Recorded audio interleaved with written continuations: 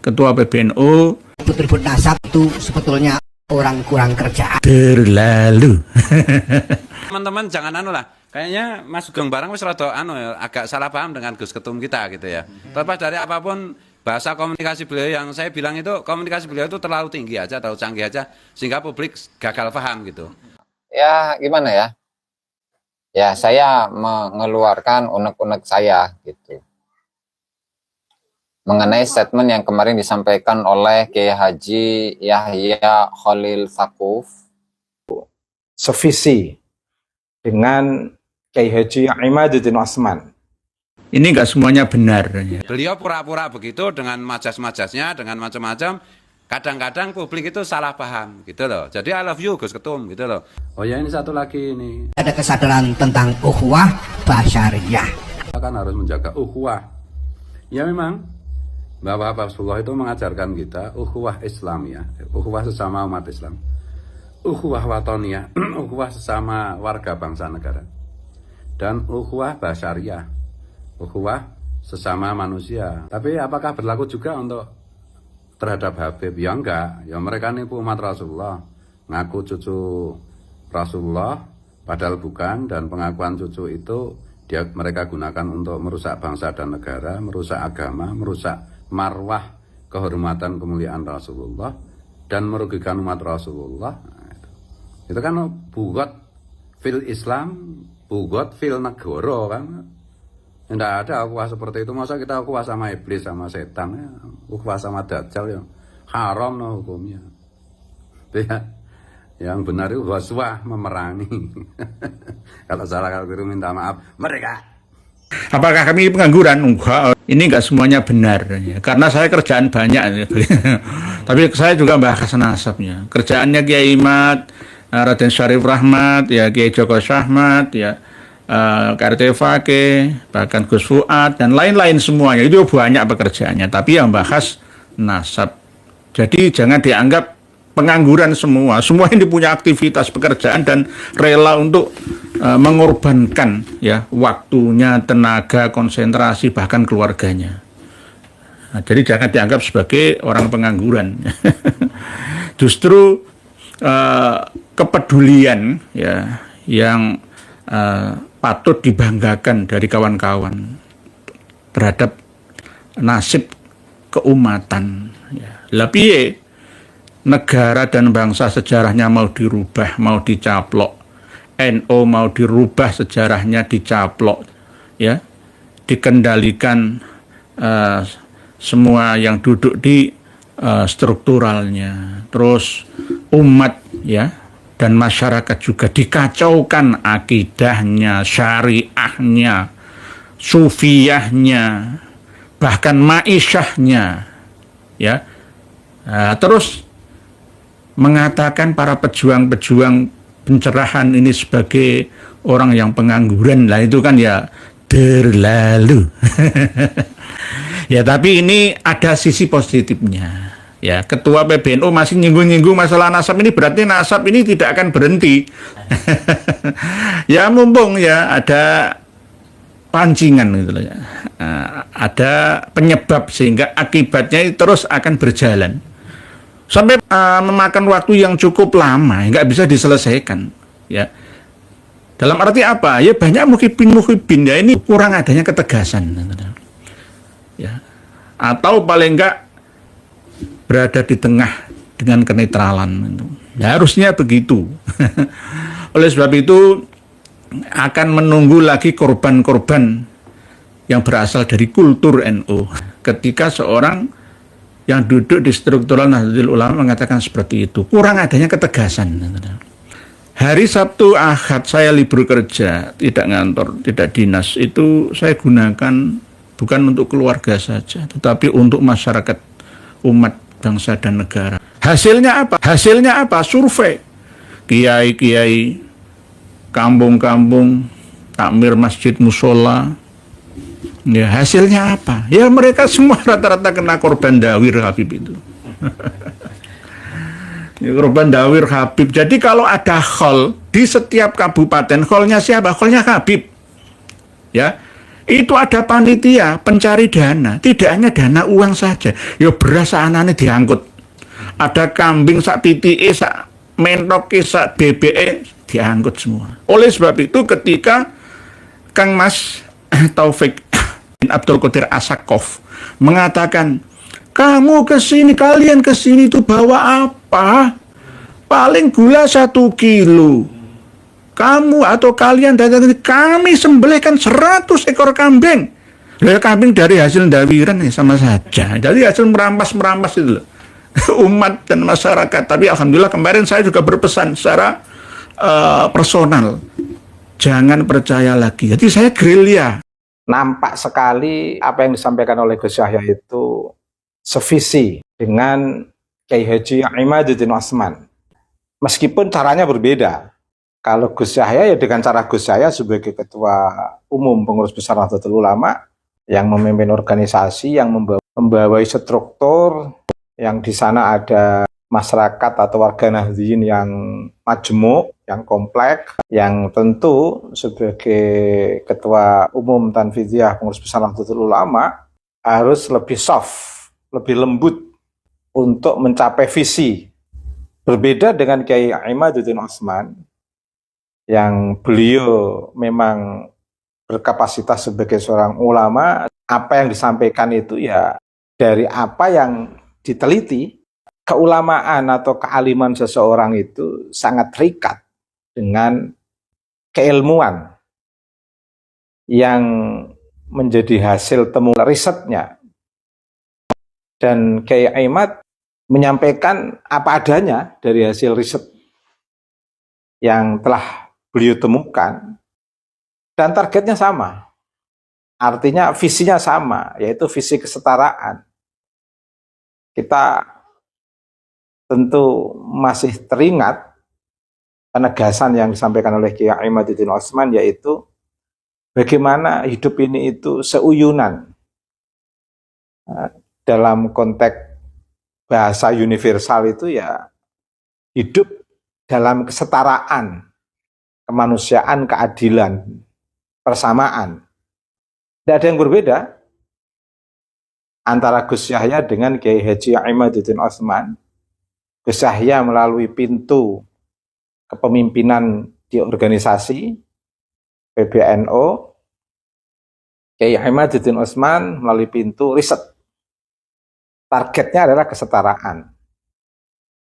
Sama saya terlibat masuk dalam diskursus ini itu targetnya juga kesetaraan. Visinya visi kesetaraan, kemanusiaan, keadilan, dan persamaan. Tetapi saya melalui respon-respon kritis yang ingin mengajak kepada masyarakat, apapun bentuk diskursusnya yang ada di tengah masyarakat, itu betul-betul memahami secara mendasar. Sebagai studi kasus misalnya, diskursus tentang nasab yang diangkat oleh Kiai Imaduddin Utsman dari hasil riset beliau, kita juga bisa memahami secara mendasar hal mendasar yang diinginkan oleh Kiai Imaduddin Utsman sebagai sebuah tujuan beliau melakukan riset itu adalah untuk kesetaraan di negeri ini. Nah, Kiai Imad punya langkah yang sangat strategis dengan cara meneliti nasab Ba'alwi, karena memang gerakan-gerakan ekstremis muncul dari kalangan Ba'alwi. Setidaknya real, fakta di lapangan, kita menyaksikan bersama sosok Rizik Syihab, Bahar Semi, dan kawan-kawan. Dan rentetan peristiwa demi peristiwa yang terus kita saksikan, yang kita temukan di sana ada dari Ba'alwi, terkait dengan pengebuman Borobudur, terkait dengan Muslim Army, terkait dengan gerakan G30 SPKI, di sana ada gembong PKI yang notabene juga dari Ba'alwi, termasuk di era kolonial. Di situ itu fakta historis keterlibatan Utsman bin Yahya dengan pemerintahan kolonial. Dan kita saksikan bersama, bisa kita baca dari karya Utsman bin Yahya bagaimana surat dia kepada pemerintah kolonial terkait dengan kasus Cilegon, terkait dengan kasus Aceh, dan bagaimana tanggapan Utsman bin Yahya terhadap gerakan masyarakat melawan kolonial, dan itu termaktub dalam karya Utsman bin Yahya sendiri. Itu fakta historis, bukan hoak, bukan. Nah, artinya latar belakang ini itu yang menguatkan Kiai Imad untuk melakukan sebuah riset. Selain mungkin ada unsur emosional sebagaimana yang dirasakan oleh Kiai Imad, juga saya kira dirasakan oleh Gus Yahya, juga saya rasakan dan dirasakan oleh kiai-kiai seluruh Nusantara, seluruh Indonesia ini, dari warga Nahdliyin. Betapa sakitnya ketika Rizik Syihab mengata-ngatai Gus Dur dengan cara yang tidak sopan, yang jumawa, sombong dan lain sebagainya. Itu yang mendorong semua gerakan kita warga Nahdliyin dengan cara yang berbeda-beda tapi memiliki visi yang sama. Apa itu? Yaitu visi kesetaraan. Makanya dengan tegas Gus Yahya mengatakan sama antara masyarakat Jawa dengan masyarakat yang dibandingkan oleh Gus Yahya, termasuk Gus Yahya juga membandingkan kesamaan Tarim dengan komunitas yang ada di Indonesia ini. Tarim, Jawa, Papua, kalau sudah menjadi warga negara Indonesia, sama, tidak ada bedanya. Kiai Imaduddin Utsman juga begitu, seuyunan dalam konteks untuk membangun kesetaraan melalui riset. Gus Yahya melalui organisasi. Sebagai seorang pemimpin di NU, ya tentu kita menghargai masing-masing cara orang, termasuk menghargai cara Kiai Imaduddin Utsman dengan cara memaparkan hasil riset. Gus Yahya dengan cara gaya kepemimpinannya yang soft dan lembut, saya sebagai masyarakat biasa dengan cara saya, dan kiai-kiai lain. Makanya jangan ada kiai yang salah paham, seolah-olah diskusi tentang nasab itu tidak penting. Bukan. Itu kan cara Kiai Imaduddin Utsman untuk mengarah kepada sebuah kesetaraan. Karena memang dari klan Ba'alwi muncul oknum-oknum yang sangat sombong jumawa, dengan mengaku-ngaku sebagai cucu Nabi. Di sana ada pembelokan makam, pembelokan sejarah, ada juga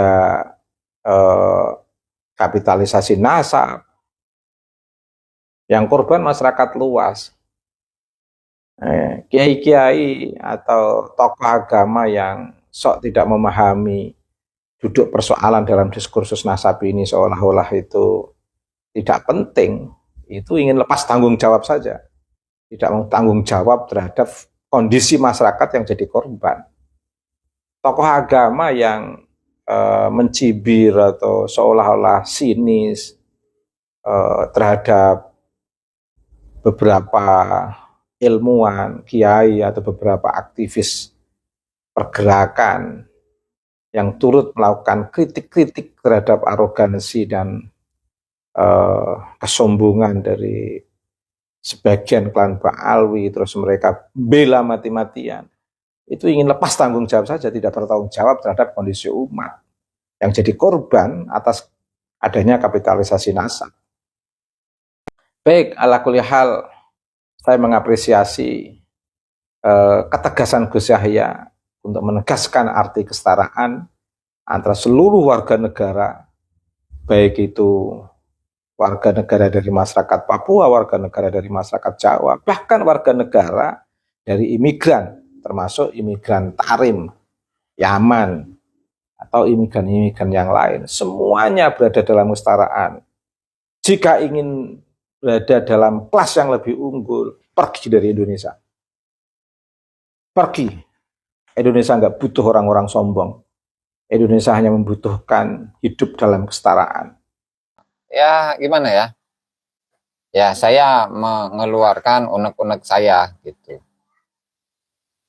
Mengenai statement yang kemarin disampaikan oleh Kiai Haji Yahya Khalil Saquf atau Gus Yahya yang merupakan ketum dari PBNU. Kemudian dibandingkan dengan pemikiran yang dimiliki oleh Kiai Haji Imaduddin Usman Al-Bantani dalam rangka untuk memberikan edukasi kepada masyarakat dan juga untuk mengangkat suatu pemikiran, suatu dasar kesetaraan antar umat manusia. Dari manapun rasnya, asalnya, sukunya, keturunannya, warna kulitnya, bahasanya, agamanya, dan lain-lainnya. Jadi memang kemarin itu ketika Gus Yahya menyampaikan statement tentang sebuah hadis yang disampaikan oleh Rasulullah Shallallahu Alaihi Wasallam, ala inna ilahakum wahid, wa dinakum wahid, dan seterusnya. Kemudian la fadla li arabiyyin ala ajamiyyin, wala ajamiyyin ala arabiyyin, wala abyadha ala wala aswada ala abyadha wala abyadha ala aswada illa bitaqwa, kan begitu ya Beb, Demak City. Nah, jadi memang yang diinginkan oleh Kiai Haji Yahya Khalil Saquf atau Gus Yahya Khalil Saquf itu menginginkan adanya kesetaraan ya, dengan mengacu kepada hadis tadi. Lalu kemudian Gus Yahya ini mengangkat pemikiran NU atau tokoh NU yang sebelumnya, yaitu Kiai Haji Said Aqil Siraj, di mana kenapa Indonesia yang terdiri dari 500 suku dengan bahasa-bahasa yang berbeda, kemudian daerahnya itu pulau-pulau, yang sangat luas, warna kulitnya itu pun juga berbeda-beda. Nah, sementara di sana, jauh di luar dari Indonesia, yang ada negara yang mayoritasnya itu ada Muslim, Islam, kemudian ada negara yang semua penduduknya itu adalah orang Islam, tetapi tetap mendapati sebuah polemik yang berkepanjangan dan tidak selesai-selesai. Yang kemudian semuanya itu atau rahasianya apa ya? Karena memang bangsa Indonesia ini itu memiliki 3 unsur ukhuwah. Yang pertama itu adalah ukhuwah diniyah atau Islamiyah, ya. Ukhuwah Islamiyah, sama-sama orang Islam atau persaudaraan sesama umat Islam. Kemudian ada ukhuwah wataniyah, persaudaraan sesama bangsa. Kemudian yang ketiga itu adalah ukhuwah insaniyah atau basyariyah, kan begitu. Jadi cocok, memang cocok, bagus untuk menanamkan nilai-nilai persamaan di kalangan bangsa Indonesia, itu sangat bagus. Nah, cuman memang mungkin itulah bentuk kritik dari Gus Yahya ini dalam rangka mengkritisi Ba'lawi yang selama ini Ba'lawi ini merasa bahwa ras mereka adalah ras yang tertinggi sedunia.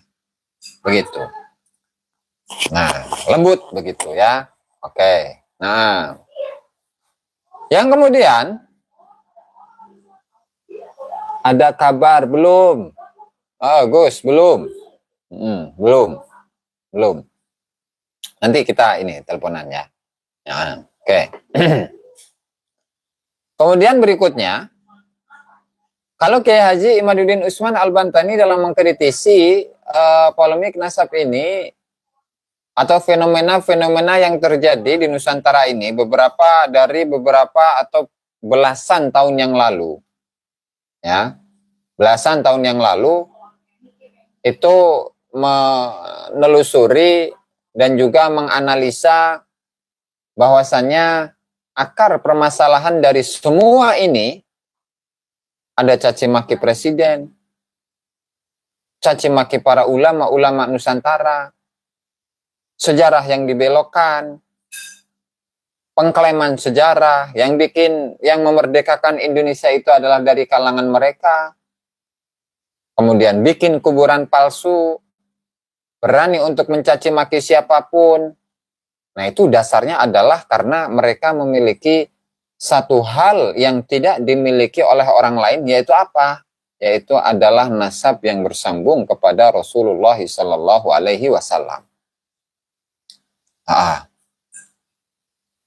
Nah, sehingga yang dilakukan oleh Kiai Haji Mat adalah penelusuran nih. Dari sisi nasabnya, bagaimana nasabnya ini? Menurut ilmu nasab itu bagaimana? Ada beberapa kriteria yang harus dipenuhi, apalagi ini adalah nasab yang paling sahih sedunia. Dari sisi data sejarahnya bagaimana, dari kitab nasabnya bagaimana, kemudian dari sisi pemahaman, pemikiran, klaim segala macam, tarekat yang paling sahih, tokoh-tokohnya, leluhur-leluhurnya, para ulama, tidak hanya ulama imam, tidak hanya imam mujtahid mutlak. Dan seterusnya, kemudian dikuatkan oleh Dr. Sugeng misalkan dari sisi DNA-nya, kemudian kajian filologi oleh Kiai Haji Dr. Minahem, Profesor Dr. Minahem Ali, dan seterusnya, yang kemudian disimpulkan bahwa hanya melalui kajian ilmiah inilah orang-orang itu akan tersadarkan bahwa klaim yang selama ini digembar-gemborkan di mana-mana itu ternyata tidak bisa dibuktikan, tidak mampu untuk membuktikan klaim yang selama ini mereka sampaikan kemana-mana. Begitu. Nah, sehingga dasarnya beda. Karena Gus Yahya adalah sebagai Ketua Umum PBNU, sehingga caranya itu lembut, caranya halus. Kemudian Kiai Haji Imaduddin dengan keilmuannya, dengan latar belakangnya, dengan dasar pemikirannya, sehingga beda. Halus. Nah, cuman ada satu hal yang menggelitik kemarin, ya bebas rahasia, yaitu ketika Gus Yahya itu mengeluarkan statement orang yang ngurusi nasab Alamin. itu adalah orang yang tidak punya kerjaan. Nah, hal inilah yang ingin saya kritisi. Hal inilah yang saya ingin kritisi, di mana ketika memang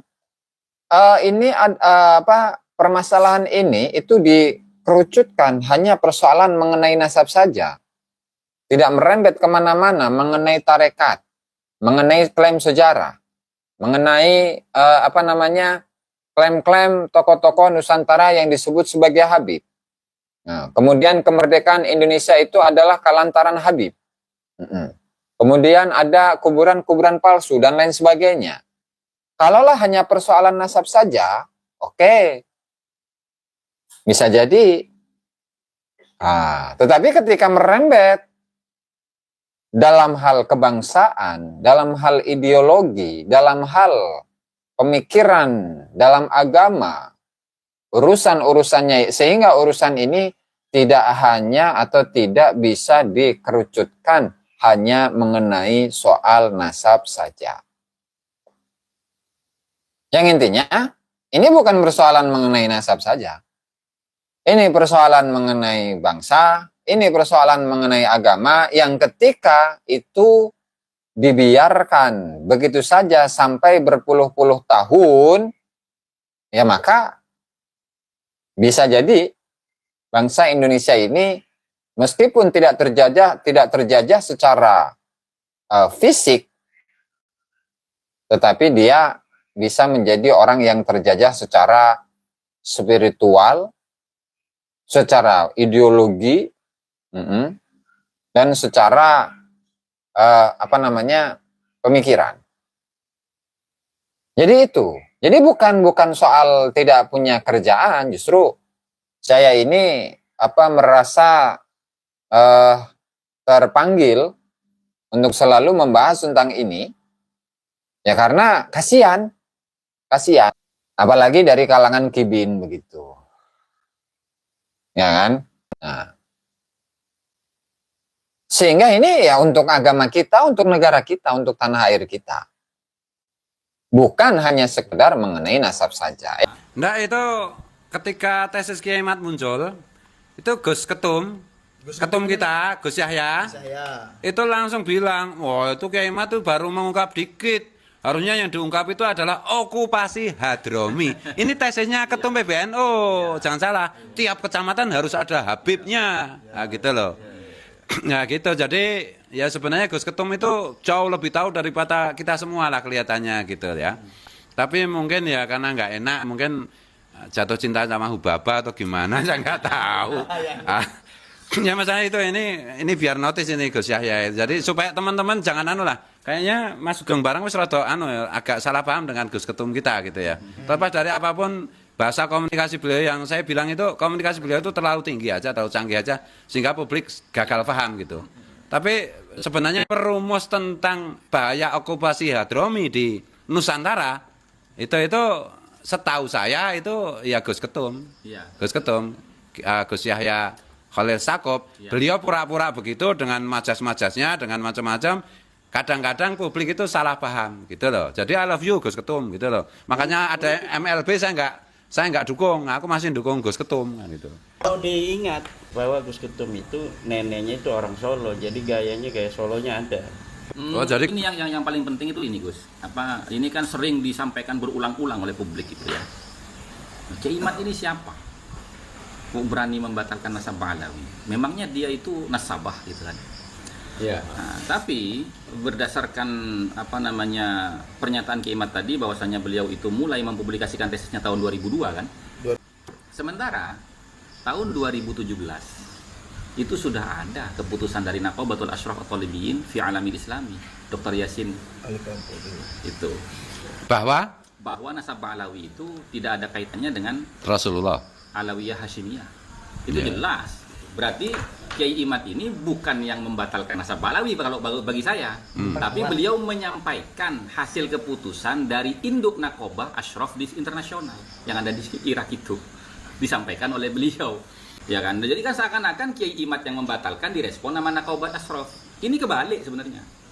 Justru kitab itu, As-Suyuful Mujliyah itu, kalau kita lihat di dalam websitenya Naqabatul Ashraf itu dikeluarkan tahun 2017. Artinya, Kiai Imat ini hanya menyampaikan hasil keputusan dari seluruh konsensus ulama ahli nasab yang kemudian dibukukan dalam bentuk kitab As-Suyuful Mujliyah itu.